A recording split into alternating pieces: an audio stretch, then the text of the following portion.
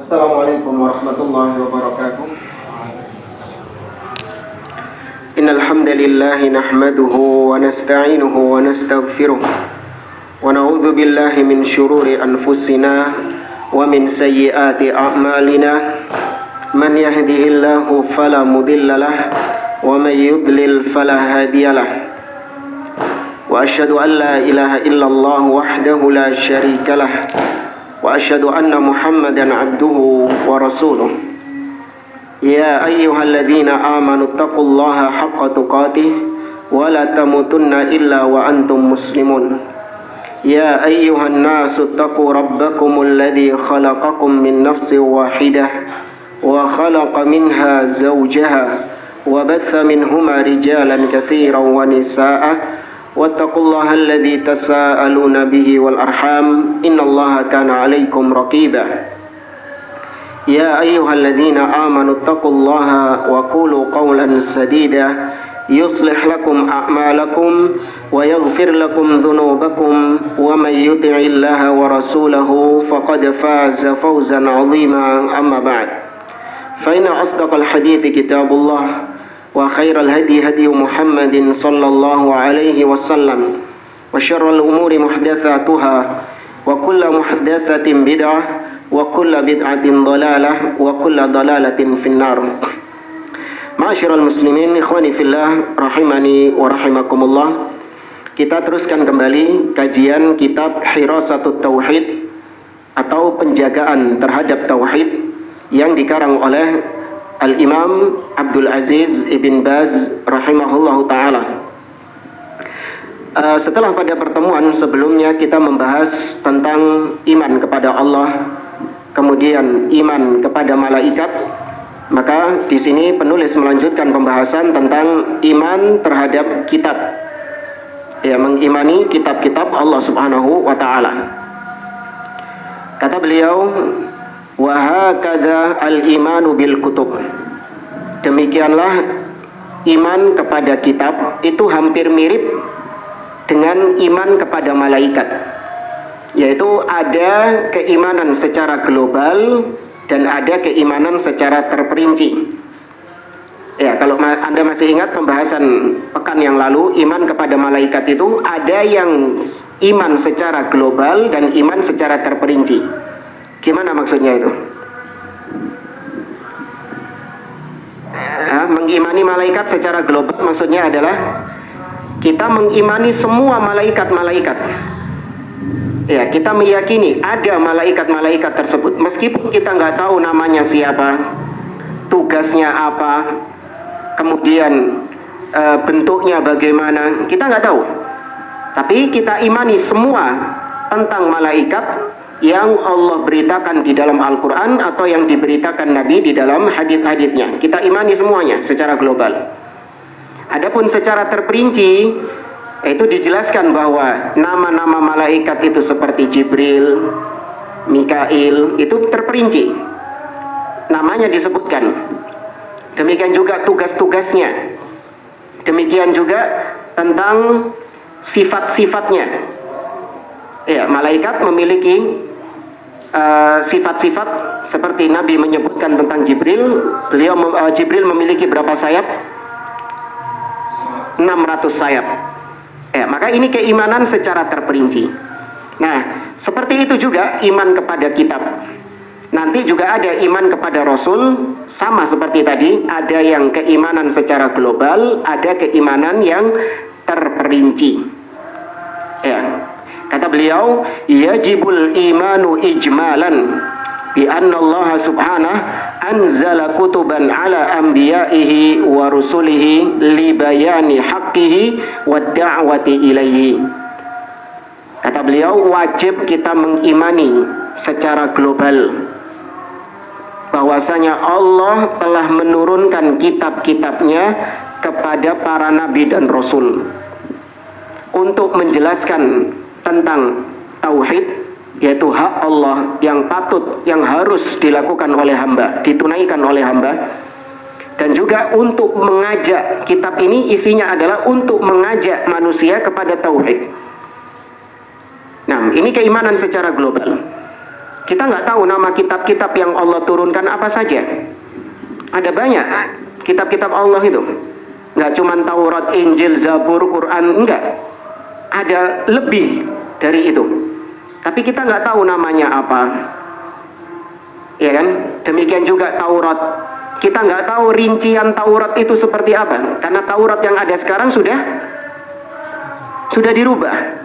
Injil yang ada sekarang sudah dirubah. Kita nggak tahu aslinya bagaimana. Ya, tapi kita mengimani dulu Allah pernah menurunkan kitab Taurat kepada Musa dan Allah turunkan Injil kepada Isa alaihissalam. Ini keimanan secara global umum. Ya. Kama qala ta'ala, seperti yang Allah firmankan di dalam surah Al-Baqarah ayat yang ke-213.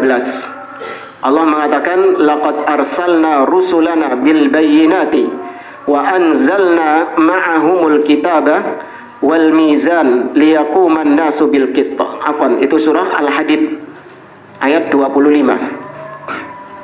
Allah mengatakan sungguh kami telah mengutus rasul-rasul kami dengan membawa bayinat, dengan membawa penjelasan dan kami turunkan bersama mereka kitab-kitab. Di sini Allah sebutkan wa anzalna ma'ahumul kitab. Kami turunkan bersamaan diutusnya para nabi dan rasul itu, bersamaan dengan itu kami juga menurunkan kitab. Kitab itu artinya firman Allah yang tertulis. Ya, firman Allah yang tertulis. Kemarin waktu kita bahas tentang iman kepada Allah, kita mengimani Allah itu berbicara atau tidak? Karena Allah itu bisa bicara atau bisu? Berbicara. Nah, bicaranya Allah itu dengan suara yang didengar. Seperti Allah berbicara kepada malaikat. Ya, Allah berbicara kepada kolam. Kolam bukan itu ya, belakang Anda itu bukan. Kolam artinya apa? Pena. Ya kan? Allah mengatakan kepada kolam, uktub, tulislah. Maka pena itu kemudian menulis semua takdir-takdir makhluk. Maka ini firman Allah dengan suara yang didengar. Namun kita nggak tahu bagaimananya firman Allah tersebut. Tapi kita tetapkan Allah berbicara. Kemudian firman Allah juga tertulis. Ya, ditulis firman Allah itu dengan huruf-huruf. Sebagaimana Taurat ditulis, Injil ditulis, Al-Quran ditulis. Ya, ini yang sedang kita bahas, yaitu firman Allah yang berupa tulisan yang ditulis. Itu yang dimaksud dengan kitab. Wa qala ta'ala, di ayat yang lain surah Al-Baqarah ayat 213. Allah mengatakan kanan nasu ummatan wahidah faba'atha Allahu an-nabiyyina mubashshirina wa mundzirin wa anzala ma'ahumul kitaba bil haqqi liyahkuma bainan nasi fima ikhtalafu fihi. Kata Allah, dahulu umat manusia itu satu kesatuan. Apa maksudnya? Manusia dulu satu kesatuan. Ya, Islam semua. Yaitu sejak zaman Adam sampai kapan? Nabi Nuh alaihissalam. Dahulu manusia itu satu kesatuan. Artinya mereka di atas agama yang satu, tauhid. Maka tatkala terjadi perpecahan di antara mereka, di antara manusia, yaitu munculnya kesyirikan. Itu di zaman Nabi siapa? Nuh alaihissalam. Maka kata Allah, kata Allah, faba'athallahu an-nabiyyin. Allah mengutus para nabi-nabi. Ya, Allah utus para nabi-nabi. Yang pertama kali diutus yaitu Nuh alaihissalam. Ketika terjadi kesyirikan, nabi pertama yang diutus oleh Allah adalah Nuh alaihissalam. Apa tugas nabi itu? Mubashirin. Ya, rasul. Iya. Nah, rasul dan nabi itu sama seperti istilah miskin dan fakir. Ya, sama seperti istilah miskin dan fakir. Apabila disebutkan secara sendirian, maka nabi ya rasul, rasul ya nabi. Apabila disebut secara berbarengan, nabi dan rasul, maka nabi punya arti sendiri, rasul punya arti sendiri yang berbeda. Sama miskin sama fakir. mukmin dan muslim, ya kan? Mukmin dan muslim ini sama. Kalau disebutkan mukmin, muslim masuk nggak? Masuk juga. Kalau disebutkan muslim, mukmin masuk nggak? Masuk juga di dalamnya. Tapi kalau disebutkan secara berbarengan, muslimin dan mukminin, maka muslim punya arti sendiri, mukmin punya arti sendiri yang berbeda. Ya, fakir dan miskin juga gitu. Fakir ya miskin, miskin ya fakir. Tapi kalau disebutkan secara berbarengan, miskin punya arti sendiri, fakir punya arti sendiri. Ya. Maka tadi saya sebutkan nabi itu masuk di dalamnya juga rasul. Ya, ini bahasa Arab seperti itu. Cuman kalau bahasa Indonesia perlu dijelaskan lagi. Maka rasul yang pertama Nuh. Ya, nabi yang pertama Adam, rasul yang pertama Nuh alaihissalam. Ya. Nanti kita bahas masalah ini, perbedaan nabi dan rasul di iman kepada rasul, iman kepada rasul. Setelah iman kepada kitab, iman kepada rasul. Baik, apa tugas nabi dan rasul? Maka tugas mereka pokoknya itu ada dua, mubasyir wa mundir. Nabi itu memberi kabar gembira, yaitu memberikan harapan-harapan kepada manusia, yang orang kalau dengar itu senang. Barang siapa yang taat kepada Allah, maka dia akan mendapatkan surga. Barang siapa yang menjalankan sholat, melakukan puasa, ya, menunaikan zakat, haji dan yang seterusnya, maka akan mendapatkan pahala ini, dan ini. Orang kalau mendengarkan itu, kira-kira sumpek apa senang? Senang. Ya, senang dia, meskipun dia belum melakukannya. Ya, meskipun dia belum melakukannya, dia belum melakukan haji misalnya, tapi ketika mendengar berita-berita gembira tentang pahala yang didapatkan bagi orang yang berhaji, dia senang. Seperti Nabi SAW mengatakan, man hajja walam yarfuth walam yafsuk raja'a ka yaumi waladathu ummu. Barang siapa yang melaksanakan haji dan dia ketika hajinya itu tidak mengucapkan ucapan kotor dan tidak melakukan perbuatan fasik, maka dia kembali ke tanah airnya seperti hari ketika dulu dia dilahirkan oleh ibunya. Anda yang belum haji dengar ini senang nggak? Senang. Ya, tapi tugasnya Nabi itu bukan cuma nyeneng orang toh. Apa tugas Nabi yang satunya? Munzir, memberi peringatan, memberikan ancaman. Barang siapa yang berbuat syirik masuk neraka. Ya, Nabi mengatakan man laqiyahu yusyriku bihi syai'a dakhalan nar. Barang siapa yang berjumpa dengan Allah dalam keadaan dia membawa dosa syirik, maka dia masuk mana? Neraka. Ya. Maka orang yang mendengarkan ini sumpah, mengkerat hatinya. Demikian juga ketika Nabi menjelaskan tentang dosa riba, bahwasanya riba itu punya dosa yang paling ringan, an yazniya rajulu ummahu, seperti seseorang berzina dengan ibunya sendiri. Nah, orang kalau dengerin itu sumpah, bahkan yang menyampaikan juga benci dia. Yang menyampaikan ini dibenci juga. Nah, maka seorang yang meneruskan tugasnya Nabi dan Rasul, maka dia juga harus membawa tugas ini. Dia memberikan berita gembira, tapi juga harus apa? Memberikan peringatan, memberikan ancaman. Jangan cuma enaknya tok, supaya orang-orang senang sama dia, yang disampaikan sama dia yang menggembirakan saja. Tapi tidak pernah disampaikan tentang ancaman bahaya syirik, tentang bahaya bid'ah, tentang bahaya maksiat, nggak disampaikan sama dia. Kenapa? Khawatir nanti jamaahnya nggak seneng sama saya, khawatir nanti saya dibully, ya, nggak diundang lagi ke pengajian dan seterusnya. Nah, ini sifat yang tercela bagi seorang dai yang meneruskan tugasnya para nabi dan rasul. Baik. Kemudian wa anzala ma'ahumul kitaba bil haqq. Nabi dan Rasul itu kami turunkan bersamaan dengan mereka, kami turunkan kitab bil haqq, dengan membawa kebenaran. Liyahkuma bainan nasi fi makhtalafu fi, agar kitab tersebut menjadi hakim bagi manusia tentang apa yang diperselisihkan oleh mereka. Ya. Itu keimanan secara global ya.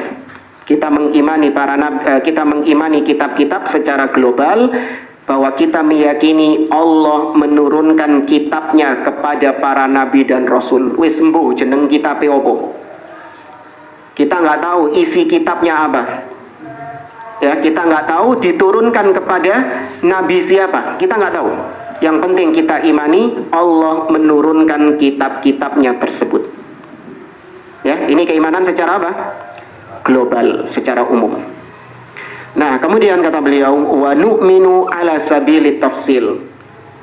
Kita juga mengimani kitab Allah secara terperinci, yaitu bima sammallahu minha, yaitu kita mengimani nama-nama kitab yang Allah sebutkan di dalam Al-Quran atau disebutkan Nabi di dalam hadisnya.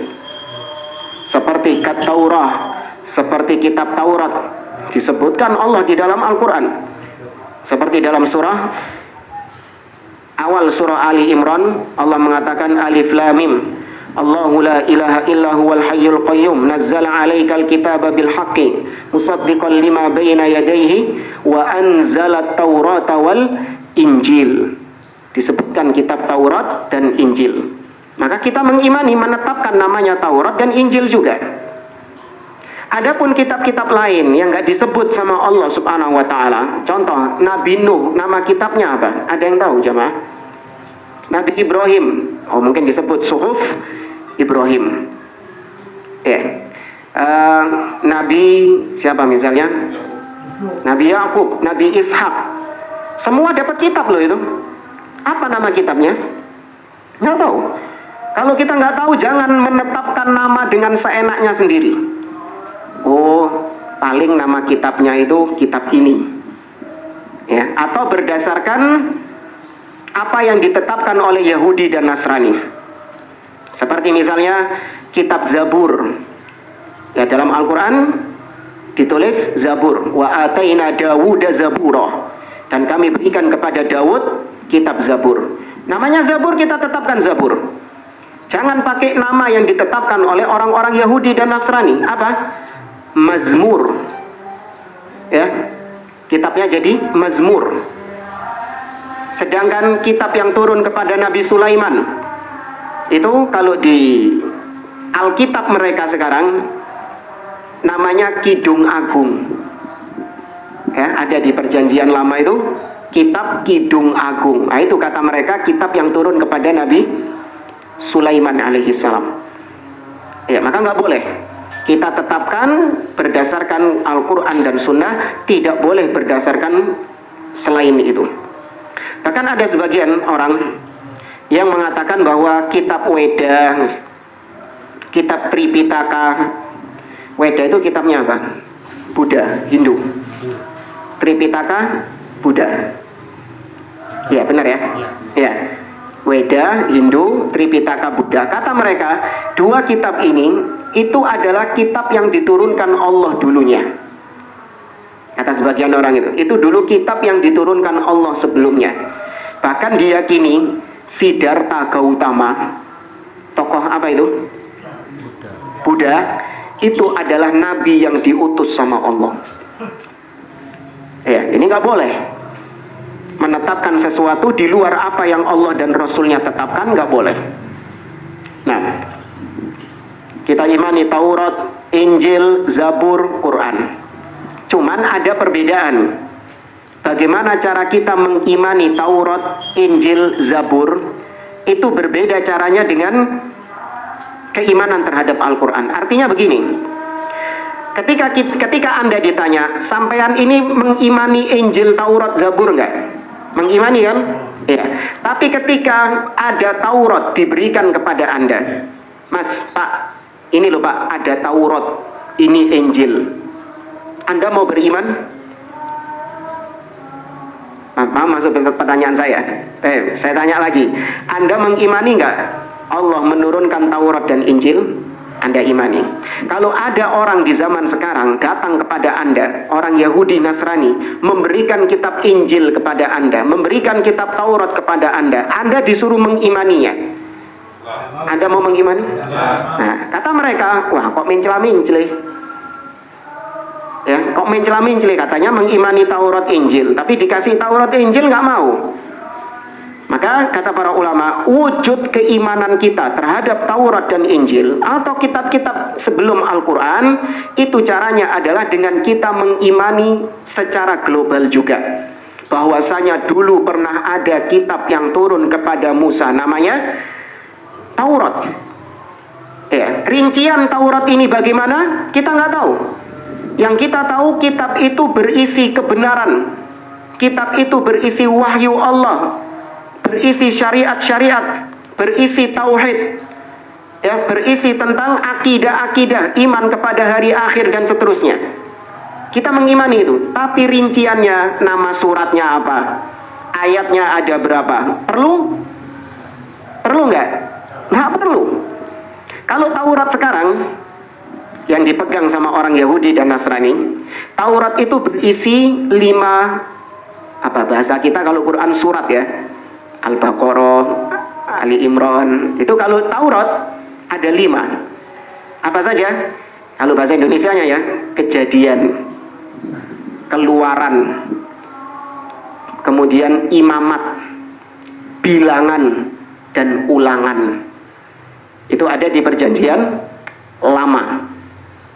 Ya. Baik Yahudi ataupun Nasrani, mereka meyakini Taurat itu 5 surat ini. Ya. Maka kita keimanannya nggak kayak gitu. Kita nggak ngurus mau namanya Kejadian atau gak kedaden, namanya Keluaran atau kemasukan, namanya Bilangan atau perkalian atau penjumlahan, nggak ngurus kita. Yang penting kita mengimani Allah menurunkan Taurat kepada Musa berisi tentang akidah, tauhid, syariat-syariat bagi Bani Israel. Wes, rinciannya gimana? Wallahu a'lam. Sama juga Injil. Nah, Injil, orang-orang Nasrani itu, mereka meyakini Injil itu bukan kitab yang turun kepada Isa. Bukan. Anda tanya kepada orang Nasrani, Injil itu adalah catatan sejarah tentang Yesus, tentang Nabi Isa alaihissalam, yang ditulis oleh penulis-penulis Injil seperti Matius, Markus, Lukas, Yohanes. Yang mana penulis-penulisnya itu bukan saksi hidup yang hidup sezaman dengan Nabi Isa alaihissalam, enggak. Tapi dia hidupnya setelah zamannya Nabi Isa. Jadi sebenarnya Injil itu ada banyak. Ya, Injil itu ada banyak versi. Ada Injil, selain 4 Injil tadi, ada Injil Maria, ada Injil Thomas, ya, kemudian ada Injil Barnabas. Ya, sempat viral dulu kan, Injil Barnabas. Tapi semua Injil ini ditolak sama pihak gereja. Ya, ditolak sama pihak gereja. Yang diterima cuman 4 Injil saja, yaitu Matius, Markus, Lukas, dan Yohanes. Nah, 4 orang ini, penulis Injil ini, penulis sejarah Nabi Isa, Yesus, mereka bukan orang saksi hidup yang hidup di zamannya Nabi Isa, enggak. Tapi mereka itu zaman setelahnya. Kalau di kita, tabi'in. Ya kan? Mereka tabi'in. Nah, pertanyaan kita, adakah sanad dari Matius, Markus, Lukas, Yohanes, ada sanadnya enggak ketika menulis cerita kisah tentang Nabi Isa itu? Nggak ada, tanpa sanad. Sehingga kalau dimasuk, katakan jujur ya, 4 orang ini ya, awalnya mereka menulis sejarah Nabi Isa dengan jujur. Tapi ketika tidak ada sanad, mungkin nggak zaman setelahnya dirubah-rubah? Mungkin, sangat mungkin. Makanya kita ini bersyukur, agama Islam ini punya apa keistimewaannya? Sanad, mata rantai periwayatan. Kau dapat cerita ini dari siapa? Oh, saya dapat dari fulan, fulan dapat dari fulan, fulan dapat dari fulan, dapat dari fulan, dapat dari fulan, sampai kepada Nabi SAW. Ketika dicek fulan ini adalah orang-orang yang jujur, maka diterima nggak ceritanya? Diterima. Tapi setelah dicek fulan ini, ternyata ada yang kadzab, ada orang yang dikenal pendusta, diterima ceritanya? Nggak diterima. Makanya kata para ulama, diantaranya Imam Muhammad bin Sirin, beliau mengatakan laulal isnad la qala man syaa ma syaa. Andai kata bukan karena isnad, bukan karena sanad, mata rantai periwayatan, maka setiap manusia akan berucap dengan semaunya dia. Dimunculkan hadits-hadits palsu seenaknya dia sendiri. Iya. Terserah. Ya, terserah mau dimunculkan apapun yang sesuai dengan keinginannya, di atas namakan Nabi SAW. Maka ini keistimewaan Islam, dijaga sama Allah, adanya sanad. Agama lain nggak punya, Pak. Ya, agama lain tidak punya. Ya, makanya ketika ditanya Injil mana sanad periwayatannya, mereka cuma mengandalkan manuskrip. Apa manuskrip itu?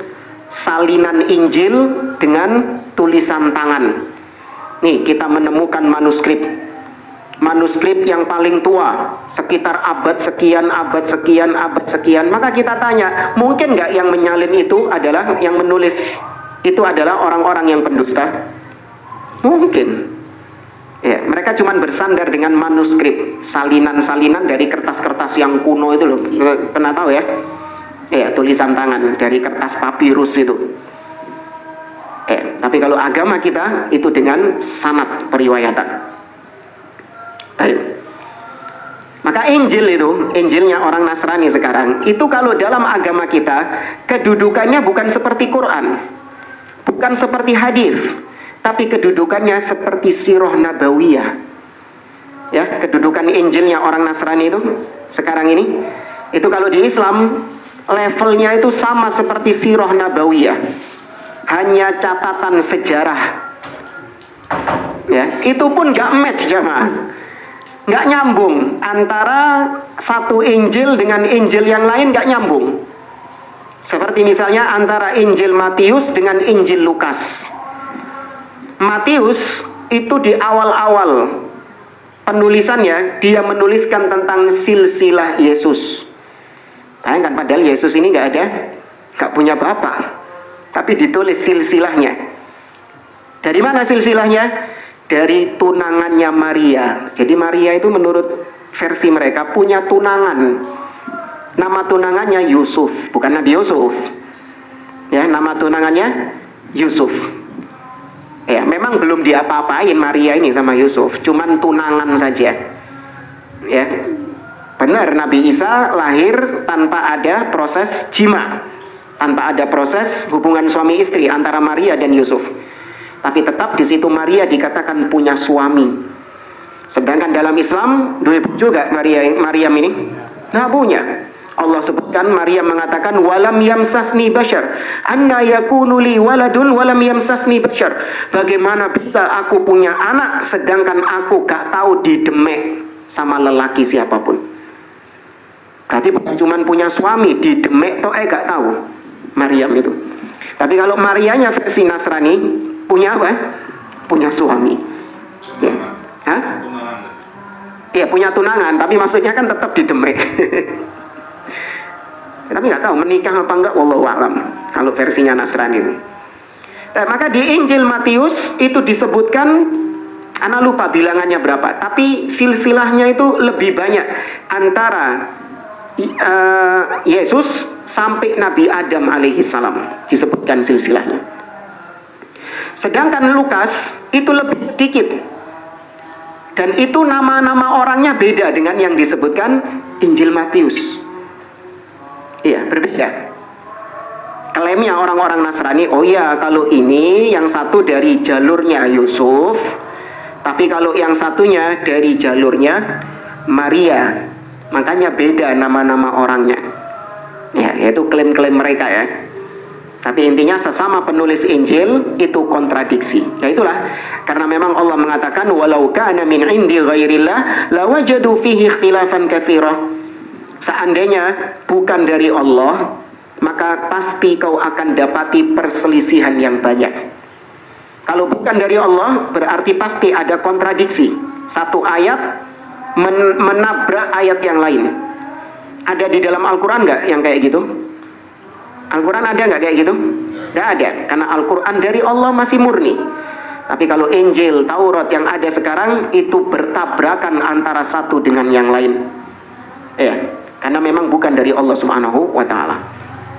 Tapi itu keimanan kita terhadap Taurat dan Injil. Nggak usah dirinci, diimani secara global saja. Dulu ada kitab yang Allah turunkan kepada Musa, namanya Taurat. Ada kitab yang turunkan kepada Isa, namanya Injil.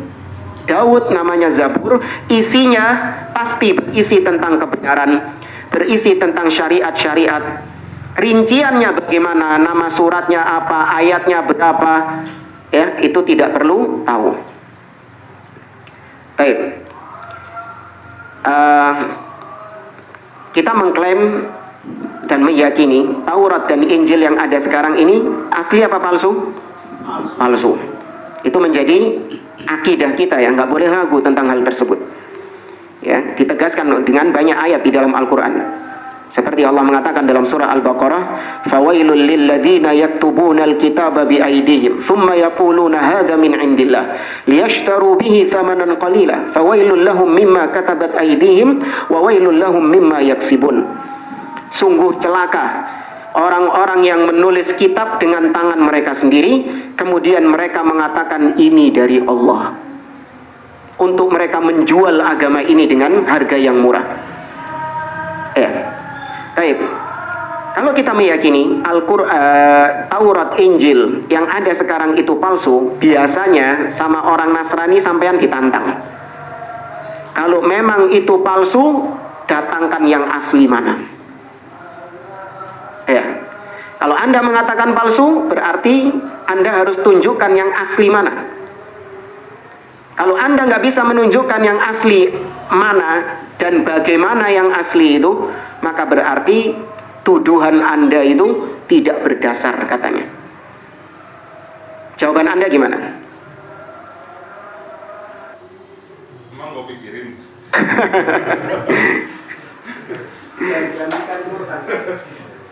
Halo, mereka nggak beriman dengan Al-Quran. Anda bawakan 1000 ayat sekalipun, jutaan ayat yang menunjukkan yang jutaan dalil dalam Al-Quran dan Sunnah yang membuktikan bahwa Al-Quran ini menggantikan Taurat, mereka akan mengatakan, loh mas, kita ini tidak beriman sama Quranmu. Iya, dari Al-Fatihah sampai An-Nas saya nggak beriman katanya. Jadi percuma kau bawakan dalil-dalil Al-Quran itu. Kita mau bukti secara ilmiah, mana Taurat yang asli, mana Injil yang asli. Gimana jawaban Anda? Kita nggak akan mungkin bisa mendapatkan Taurat yang asli. Yang asli disimpan di Roma. Nggak ada juga. Iya, karena memang sudah kehendak Allah, kitab kalau sudah expire, maka Allah tidak akan menjaganya lagi. Itu sunnatullah. Jadi kitab Allah dulu ketika Taurat masih berlaku, dijaga nggak sama Allah? Keotentikannya dijaga. Tapi ketika sudah tergantikan dengan Injil, maka Allah melepas penjagaannya, sehingga Injil ini mengalami perubahan-perubahan. Taurat ini mengalami perubahan-perubahan. Nah, Injil yang dijaga. Kemudian setelah Allah menurunkan Al-Quran, maka Allah melepaskan penjagaan terhadap Injil. Maka dibiarkan dirubah-rubah. Nah, sekarang Al-Quran yang dijaga sama Allah Azza wa Jalla. Baik, maka mudah mematahkan permintaan mereka mendatangkan Taurat dan Injil yang asli, mudah. Kita katakan kepada mereka, mas, membuktikan sesuatu yang palsu itu tidak harus dengan cara membawakan yang asli. Nggak harus. Membuktikan sesuatu yang palsu itu nggak perlu membawa yang aslinya. Gimana caranya? Yaitu kita bisa mengetahui sesuatu palsu dari kualitasnya. Ya kan? Dari kualitasnya saja sudah ketahuan kalau itu palsu, meskipun kita nggak tahu aslinya gimana. Contoh sederhana,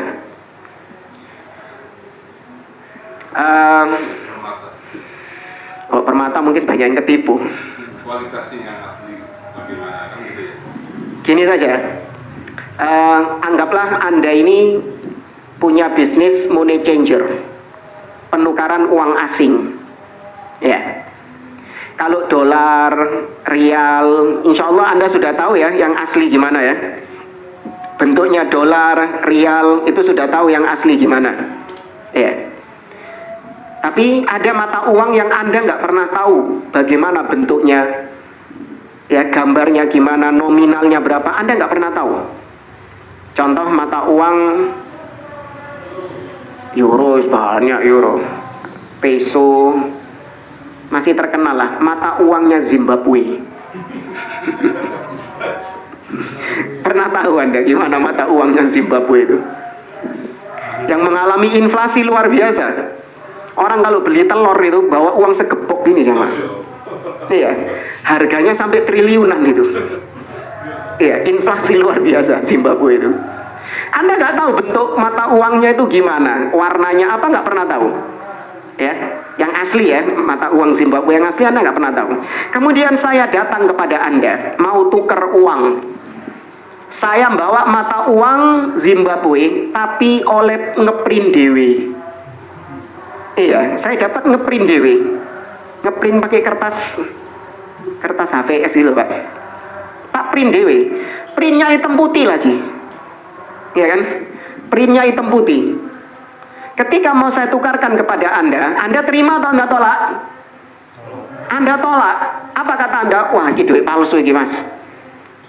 Ini palsu ini yang sampean bawa. Terus saya tantang lu, sampean tahu tak yang asli gimana? Tahu nggak mata uang Zimbabwe yang asli gimana? Nggak tahu kan? Nggak tahu. Tapi Anda bisa memvonis ini palsu dari mana? Kualitasnya, Mas. Gak ono semiskin-miskinnya negara, gak ono duit fotokopian. Nggak ada mata uang print-printan ngeprint dewe kayak fotokopian, itu nggak ada. Semiskin-miskinnya negara, bahkan Sri Lanka yang kemarin bangkrut itu nggak ada mata uangnya print-printan fotokopian, itu nggak ada.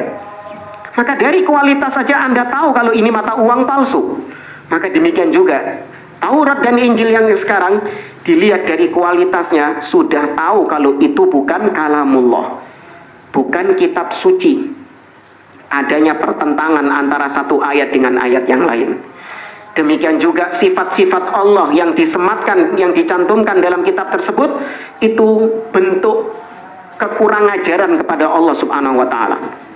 Seperti dalam kitab Kejadian, ya, disebutkan bahwa setelah Tuhan menciptakan langit dan bumi selama 6 hari, maka kemudian di hari yang ke-7 Tuhan ngapain? Istirahat. Iya, istirahat.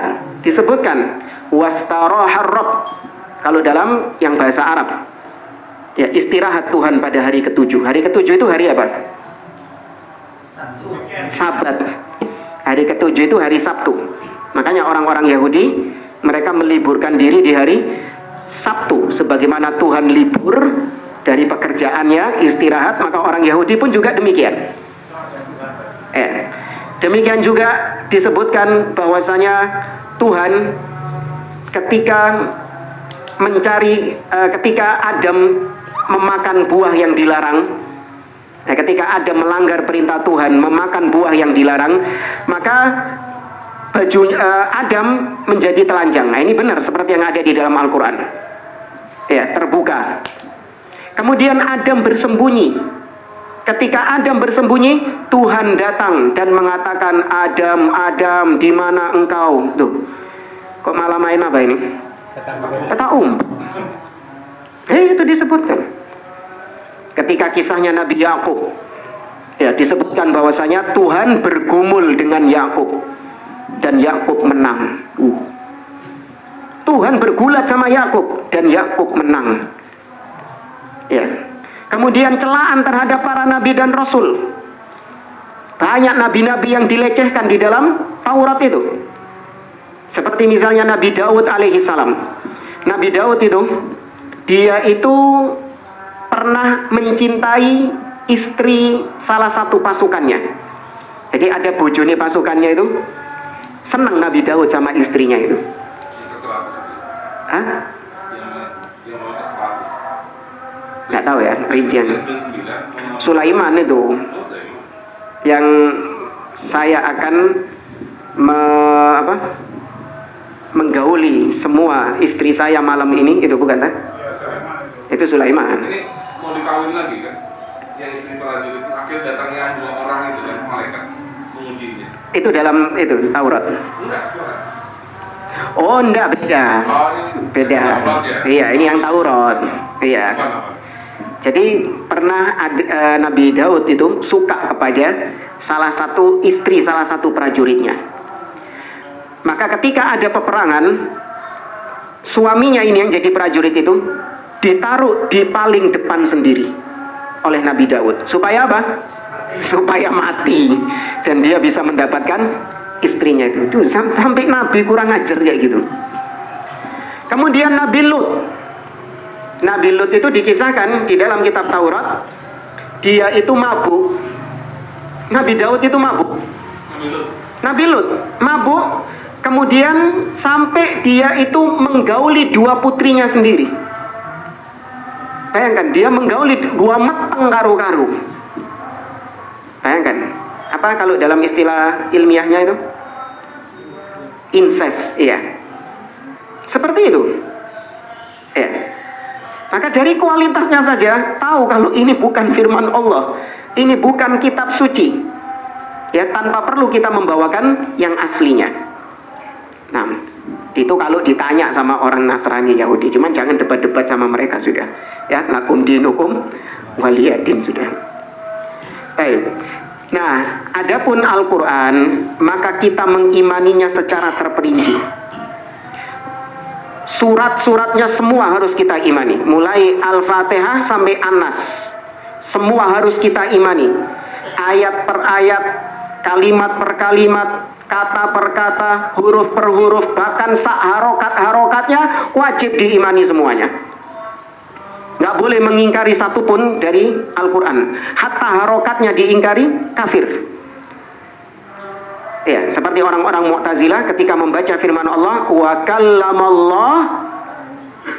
kallamallaha Musa taklima. Harusnya wa kallamallahu Musa taklima. Itu bentuk kekufuran kepada Allah Azza wa Jalla. Nah, itu baru diperinci kalau Al-Quran itu. Hukum-hukumnya dijalankan, apa yang ada di sana wajib untuk diamalkan hukum-hukumnya. Adapun Taurat dan Injil, maka hukumnya nggak wajib dijalankan, kecuali kalau masih dijalankan oleh Nabi SAW. Ya, jadi syariat nabi-nabi terdahulu itu boleh nggak kita jalankan sekarang? Nggak boleh, kecuali apabila yang dijalankan oleh Nabi SAW. Seperti apa? Syariat Nabi terdahulu, haji, puasa syariat Nabi terdahulu. Ya, Allah mengatakan, ya ayyuhalladzina amanu kutiba alaikumusyamu kama kutiba alal ladzina min qablikum. Sebagaimana puasa ini diwajibkan atas umat-umat sebelum kalian. Kemudian khitan, sunat, itu syariat Nabi terdahulu. Yang pertama kali khitan Nabi siapa? Ibrahim alaihissalam. Ya, haji yang pertama kali Nabi Ibrahim. Ya. Kemudian ini nanti bulan ini, bulan Muharram ini ada puasa Asyura. Itu syariatnya Nabi siapa? Siapa yang mensyariatkan, disyariatkan puasa Asyura itu? Nabi Musa alaihissalam. Setelah diselamatkan dari kejaran Fir'aun, Nabi Musa bersyukur kepada Allah dengan puasa. Nah, diteruskan oleh Nabi SAW, maka jadilah itu syariat kita. Ya, itu boleh kita jalankan. Adapun kalau syariat-syariat yang memang tidak dilanjutkan oleh Nabi SAW, maka tidak boleh kita menjalankannya. Ya, seperti syariat hari Sabtu itu. Hari Sabtu itu ada syariatnya dulu. Sebagaimana Allah katakan di dalam surah Al-A'raf. was'alhum 'anil qaryatil ladzi kanat hadiratal bahri idh ya'duna fis sabti idh ta'tihim hitanuhum yauma sabtihim syur'a wa yauma la yasbituna la ta'tihim. Tanyakan kepada orang-orang yang tinggal di pesisir pantai. Ketika datang hari Sabtu, ikan-ikannya banyak. Namun ketika selain Sabtu, ikan-ikannya sedikit. Ya. Itu ada pensyariatan hari Sabtu, nggak boleh bekerja, nggak boleh beraktivitas, pray total, hanya fokus ibadah kepada Allah Azza wa Jalla. Ini syariat dilanjutkan nggak sama Nabi? Tidak. Bahkan jangankan Nabi Muhammad, Nabi Isa saja sudah tidak menjalankannya. Ya, Nabi Isa sudah tidak menjalankannya. Itu wujud keimanan kita terhadap Al-Quran. Kata beliau, wal Quran huwa afdaluha wa khatamuha. Di antara kitab-kitab Allah, Al-Quran yang paling afdol dan Al-Quran yang menjadi penutup. Wa huwal muhaimin wal musaddiqu laha. Al-Quran itulah yang menjadi penguji, yang menjadi penguji. Dan Al-Quran membenarkan apa yang ada di dalam Taurat dan Injil dan kitab-kitab yang lain. Jadi Al-Quran itu maksudnya ujian, yaitu kita kalau ingin mengetahui apakah kitab Taurat dan Injil yang ada sekarang itu, apakah masih ada sisa-sisa dari agama Allah, dari firman Allah, maka caranya dengan kita melihat kepada Al-Quran. Apabila sesuai dengan Al-Quran, maka kita benarkan. Tapi kalau ternyata bertolak belakang dengan Al-Quran, maka kita dustakan. Tapi kalau didiamkan sama Al-Quran, maka kita mendiamkannya. Tidak kita benarkan, tidak pula kita dustakan. Contoh, di dalam kitab Taurat, Kejadian yang tadi kita sebutkan itu, Taurat yang sekarang, itu di pasal yang pertama disebutkan bahwa Tuhan menciptakan langit dan bumi ini selama 6 masa, 6 hari. Tapi berita ini Anda benarkan nggak? Dibenarkan. Kenapa kok dibenarkan? Tadi yang jadi ujian, pengujinya siapa? Al-Quran. Ketika dibandingkan dengan Al-Quran, ternyata iya, Allah menyatakan huwallazi khalaqas samawati wal arda fi sittati ayyam, dalam 6 hari.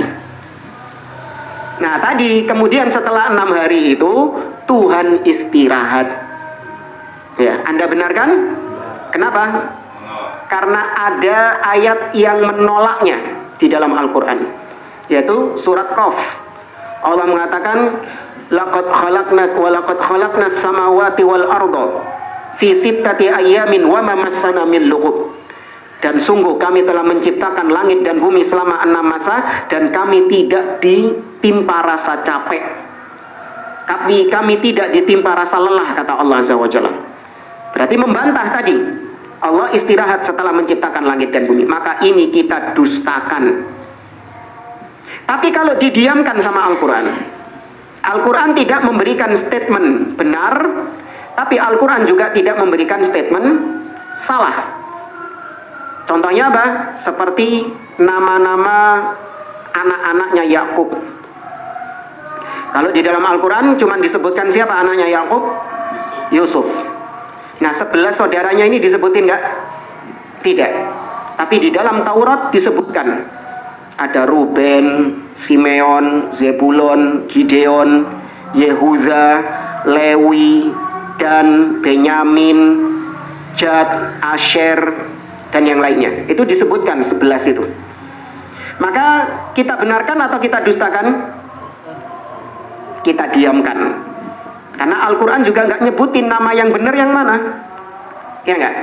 Al-Quran tidak mengatakan kalau nama saudaranya Yusuf itu siapa? Bejo, Eko. Enggak. Al-Quran tidak memberikan nama terhadap saudara-saudaranya Yusuf itu. Cuman hanya disebutkan saudara ikhwatu Yusuf, saudara-saudaranya Yusuf. Maka kita diamkan, tidak kita benarkan, tidak pula kita dustakan.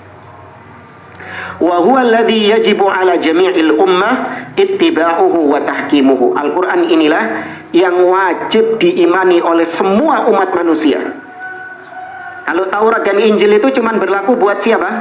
Bani Israel. Tapi kalau Quran semua manusia, mau Bani Israel, mau orang Arab, Ya, mau dia Jawa, Madura, Cina, bule, Afrika, apapun dia wajib selama dia manusia, bahkan jin juga wajib beriman dengan Al-Quran dan mengikuti hukum-hukum yang ada di dalam Al-Quran. Ma'a masahat bihi sunnah ar-Rasulillah sallallahu alaihi wasallam, ditambah dengan hadis yang sahih dari Nabi sallallahu alaihi wasallam. Karena hadis adalah tafsir, penafsiran daripada Al-Quran itu. Lianna Allah subhanahu wa ta'ala ba'atha rasulahu Muhammadan rasulan ila jami'i thaqalain. Karena Nabi SAW diutus oleh Allah kepada semua jin dan manusia tanpa terkecuali. Wa anzala alaihi hadzal qur'ana liyahkuma bihi bainahum. Dan Al-Quran diturunkan kepada Nabi untuk menjadi hakim, menjadi wasit bagi apa yang diperselisihkan oleh umat Nabi Muhammad SAW. Makanya kalau ada sesuatu yang diperselisihkan, maka jadikan Al-Quran sebagai wasitnya, sebagai hakimnya.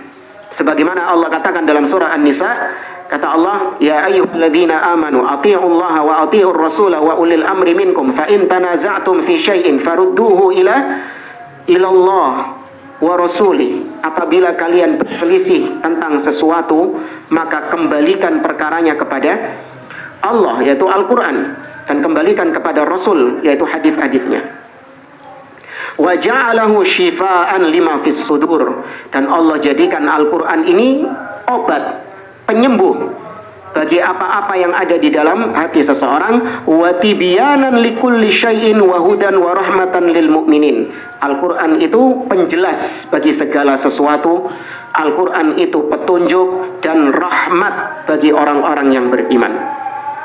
Allah mengatakan, wa hadza kitabun anzalnahu mubarakun fattabi'uhu wattaquhu la'allakum turhamun. Dalam surat Al-A'raf Allah mengatakan, inilah kitab, yaitu Al-Quran, yang kami turunkan mubarak, penuh dengan keberkahan. Fattabi'u, maka ikuti yang ada dalam Quran itu. Wattaqu, takwalah kalian kepada Allah, la'allakum turhamun, agar kalian mendapatkan rahmat dari Allah Azza wa Jalla. Afan, dalam surah Al-An'am Allah juga mengatakan dalam surah An-Nahl, wa nazzalna 'alaikal kitaba tibyanan likulli syai'in wa hudan wa rahmatan wa busyra lil muslimin. Dan kami menurunkan kepadamu Al-Quran, ya, kitab, tibyanan, sebagai penjelas atas segala sesuatu. Jadi Al-Quran itu segala sesuatu dijelaskan di dalam Al-Quran. Nah, ayat ini itu pernah ada kisah antara seorang Nasrani, orang kafir, dengan seorang ulama. Ini dikisahkan oleh Syekh Muhammad bin Shalih Al-Utsaimin dalam kitabnya Kashfus Syubuhat. Ulama ini ditanya sama orang kafir ini. Ini peristiwanya terjadi di restoran. Ya, terjadi di restoran. Kata seorang kafir ini, wahai Syekh, katanya Al-Quran itu tibyanan likulli syai', menjelaskan segala sesuatu apapun. Karena disebutkan dengan kata-kata likulli syai'in. Kalau dalam bahasa Arab itu nakiroh. Nakiroh itu memberikan keumuman. Jadi apapun dijelaskan di dalam Al-Quran tanpa terkecuali. Bukan hanya perkara agama, perkara-perkara dunia juga dijelaskan di dalam Al-Quran. Maka kata orang kafir ini, coba sekarang terangkan mana ayatnya di dalam Al-Quran tentang makanan ini. Terbuat dari apakah makanan ini? Bagaimana cara memasaknya? Apakah dijelaskan di dalam Al-Quran? Maka apa kata ulama tadi? Ada yang tahu kisahnya? Atau apa penjelasannya di dalam Al-Quran tentang makanan tadi? Bukan. Naam. Kemudian ulama ini tadi memanggil kokinya. Dipanggil kokinya, disuruh menjelaskan. Ditanya kokinya ini masaknya gimana? Kemudian bahan-bahannya apa saja? Dijelaskan sama kokinya. Setelah dijelaskan selesai, kata ulama tadi, begitulah penjelasannya. Bingung orang kafirnya tadi. Loh, kok bisa? Iya, karena di dalam Al-Quran Allah mengatakan, fas'alu ahla dzikri in kuntum la ta'lamun. Tanyakan kepada orang yang berilmu kalau kau tidak mengetahui. Iya, sahih. Bertanya itu kunci ilmu, jamaah. Ya. Tapi Al-Quran itu menjelaskan segala sesuatu, maksudnya adalah yaitu rumus-rumusnya, kaidah-kaidahnya dijelaskan semuanya di dalam Al-Quran dan dengan penjelasan dari Nabi SAW. Ya. Kemudian ayat yang terakhir Allah mengatakan di dalam surah Ali Imran ayat 158. Allah mengatakan, "Qul ya ayyuhan nas, inni rasulullahi ilaikum jami'a, alladzi lahu mulkus samawati wal ard, la ilaha illa huwa yuhyi wa yumit. Fa'aminu billahi wa rasulih, an-nabiyil ummiyil ladzi yu'minu billahi wa kalimatihi, wattabi'uhu la'allakum tahtadun." Kata Allah, "Qul," katakan wahai Muhammad, "Ya ayyuhan nas, wahai sekalian manusia, sesungguhnya aku adalah utusan Allah atas kalian semuanya. Yang mana Allah dialah pemilik langit dan bumi. Tidak ada sesembahan yang hak selain Dia, dan Dialah yang menghidupkan dan mematikan. Maka berimanlah kepada Allah dan berimanlah kepada Rasulnya, yaitu Rasul yang seorang Nabi yang ummi, yang buta huruf, alladzi yu'minu billahi wa kalimati, yang mana Rasul ini juga beriman kepada Allah dan firman-Nya. Wattabi'u, dan ikuti firman Allah itu. La'allakum tahtadun, agar kalian mendapatkan petunjuk. Baik, dan yang terakhir sebelum kita tutup, perbedaan antara iman kepada kitab-kitab yang lain sebelum Al-Quran itu tadi kita meyakini bahwa kitab-kitab tersebut sudah didistorsi, entah dengan ditambahi atau dikurangi atau diselewengkan maknanya. Ya, bisa dikurangi ayatnya atau ditambah-tambahi, atau ayatnya tetap tapi diapakan? Diselewengkan maknanya, ditakwil, seperti orang-orang ahli bid'ah yang menolak sifat-sifat Allah. Ayatnya tetap tapi maknanya ditakwil. Nah, sedangkan Al-Quran kita meyakini Al-Quran dijaga sama Allah, dan penjagaan Allah terhadap Al-Quran itu dari dua sisi, yaitu menjaga original teksnya, dan juga Allah jaga tafsirnya, pemahamannya terhadap Al-Quran itu. Jadi yang dijaga bukan cuma teksnya saja, bukan cuma bacaan Qur'annya saja. Ya, ini yang ditegaskan oleh para ulama tafsir ketika menafsirkan firman Allah, "Inna nahnu nazzalna dzikra wa inna lahu lahafizun." Surah Al-Hijr ayat yang ke-9. Sesungguhnya kamilah yang menurunkan Al-Quran dan kami yang menjaga Al-Quran itu. Ya, penjagaan Allah dari dua sisi tadi. Teksnya dijaga. Dengan cara apa Allah menjaga teks Al-Quran? Iya, dengan cara Allah menjadikan Al-Quran mudah dihafal. Ketika Allah menjadikan Al-Quran mudah dihafal, banyak orang-orang yang menghafalnya. Sehingga kalau ada yang coba-coba mengurangi, menambahi, konangan gak? Konangan. Sampai anak-anak kecil umur 5 tahun, 6 tahun, 4 tahun, hafal Quran jamaah. Di Indonesia mungkin jarang, di Saudi sana banyak. Anda kalau jalan-jalan, umroh, di Masjid Nabawi itu biasanya kalau maghrib, habis subuh ada halakoh-halakoh di situ, di Masjid Nabawi itu. Ada halakoh kajian, ya seperti Syekh Sulaiman Ar-Ruhaili, Syekh Abdul Razzaq, itu kajian. Ada halakoh-halakoh Quran. Nah, halakoh Quran ini ada tingkatannya. Ada yang ekspor, ya, ada yang beginner, buat pemula. Ya. Nah, coba Anda jalan-jalan ketika itu lihat yang halakoh yang isinya anak-anak kecil. Anak-anak tok, kita pernah duduk di situ. Ya, pura-pura sambil baca Quran gitu. Mereka dites hafalannya sama syekhnya. Anak-anak kecil paling umur 5 tahun, 6 tahun gitu. Disuruh melanjutkan ayat ini, dilanjutkan sama dia. Disuruh melanjutkan ayat ini, dilanjutkan sama dia. Ya. Itu bukan hal yang aneh bagi orang-orang tersebut. Tapi kalau di sini jadi anak yang istimewa. Ya. Jadi anak yang istimewa. Jadi sebenarnya amalan kita itu sesuatu yang biasa. Cuman jadi luar biasa karena sekitar kita kayak gitu modelnya. Makanya ketika kita melihat ada orang yang hafal Quran, ketika melihat ada orang yang rajin sholat, orang yang rajin sedekah, rajin ini, punya ilmu ini, kita menganggapnya orang ini apa? Luar biasa. Kenapa? Kenapa kok dianggap luar biasa? Karena lingkungannya kayak gitu. Dia menjadi orang yang berbeda dengan lingkungannya. Coba orang ini tadi yang Anda kagum luar biasa, deke nang Medina. Jadi wong balul. Iya. Jadi orang biasa, dia kalah sama anak kecil. Ya. Itu dari penjagaan Al-Quran dari sisi teksnya. Kemudian dari sisi penjagaannya. Dengan cara apa? Oh, dari sisi tafsirnya. Dengan cara apa? Allah menjaga tafsir Al-Quran ini supaya tidak diselewengkan.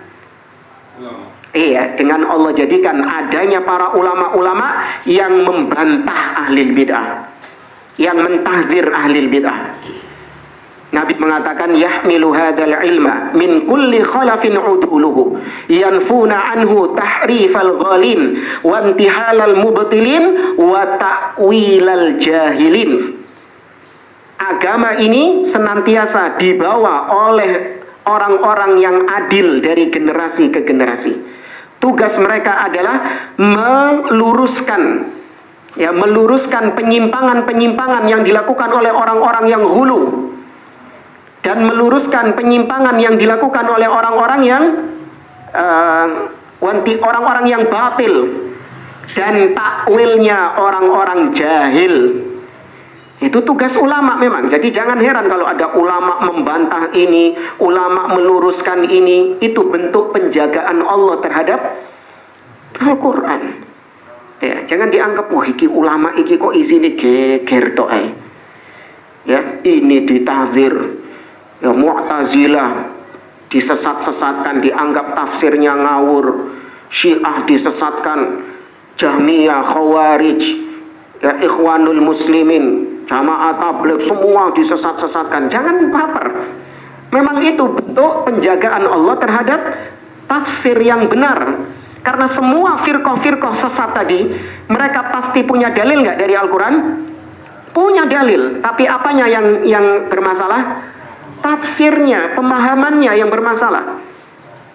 Iya, pemahamannya yang bermasalah. Karena ya, seorang ulama, yaitu Al-Imam Ibnu Abil Izz Al-Hanafi, yang mensyarah kitab Aqidah Thahawiyah, beliau mengatakan wahal kharajatil khawarij wa'tazalatil mu'tazilah wa rafadatil rawafid wa maftaraqatil ummah ala 73 firqah illa bitta'wilil fasid.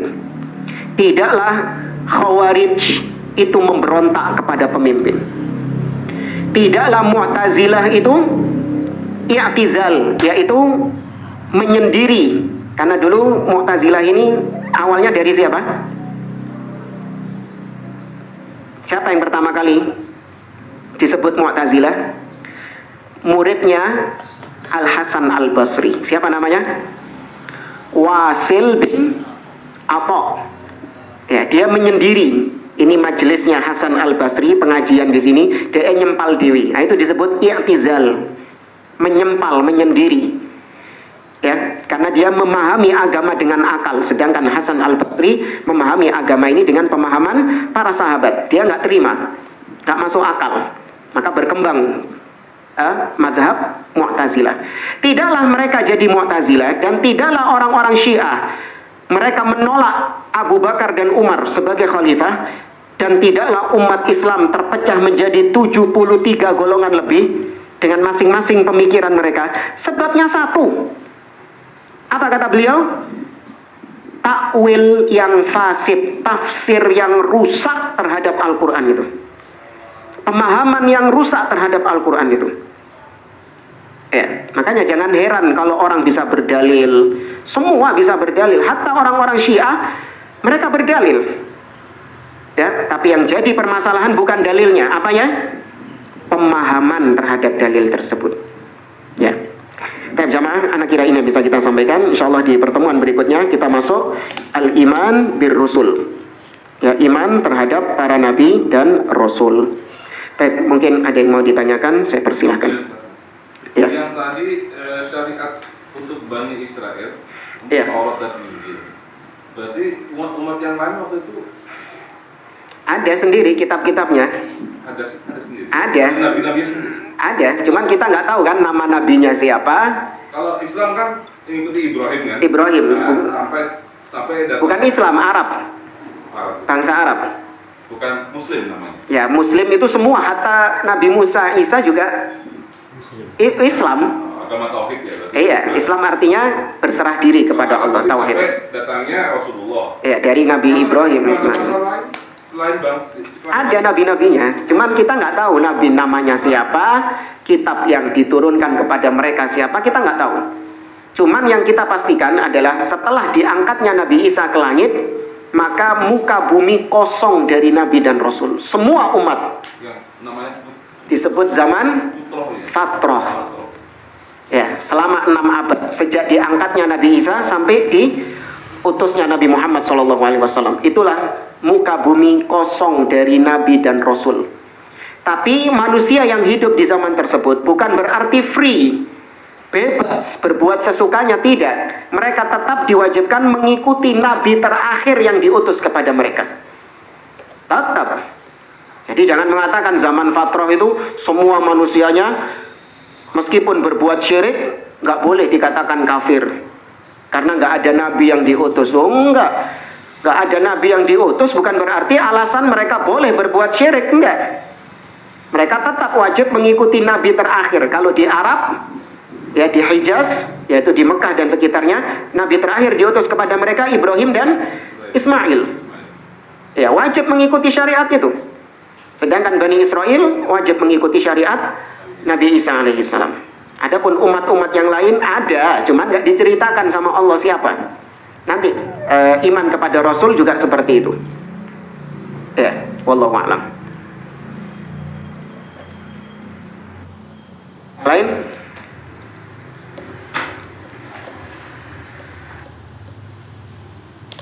Ini tahun baru sekarang ya. Tahun baru aja. Oh ya. Di tanah merah Ustaz. Yo, ate trompet-trompetan misalnya. Astagfirullah. Pakai delay over Ustaz. Kayak udah biasa Ustaz. Hampir nggak bisa keluar tadi ya. Oh iya. Kan itu ada di masjid. Itu memang dari maghrib tadi. Iya, habis semua. Habis isya. Tapi persiapannya mulai habis maghrib. Jadi salat isya-nya nomor 2. yang mati. Itu masih mending ya. Dulu kita punya ada bukan tetangga ya, cuman beda kampung saja. Dia itu jam 12 malam nyalain petasan, dar der gitu. Saya mikir, ngapain ini nyalain petasan jam segini? Baru saya ingat kalau ini adalah tahun baru Islam, tahun baru Muharram. Maka saya berpikir ini orang bodohnya 2 kali lipat. Yang pertama, tidak ada namanya perayaan tahun baru Islam. Yang kedua, pergantian hari di dalam kalender Hijriah itu kapan? Maghrib. Ini jam 12. Paham ya? Seperti kalender apa? Masehi. Iya. Baik. Gak ada jamaah? Sudah, baik. Saya akhiri perjumpaan kita. Wallahu ta'ala a'lam. Aqulu qouli hadza. Subhanakallahumma wa bihamdik asyhadu an la ilaha illa anta astaghfiruka wa atubu ilaik. Wa akhiru da'wana anil hamdulillahi rabbil alamin. Wassalamualaikum warahmatullahi wabarakatuh.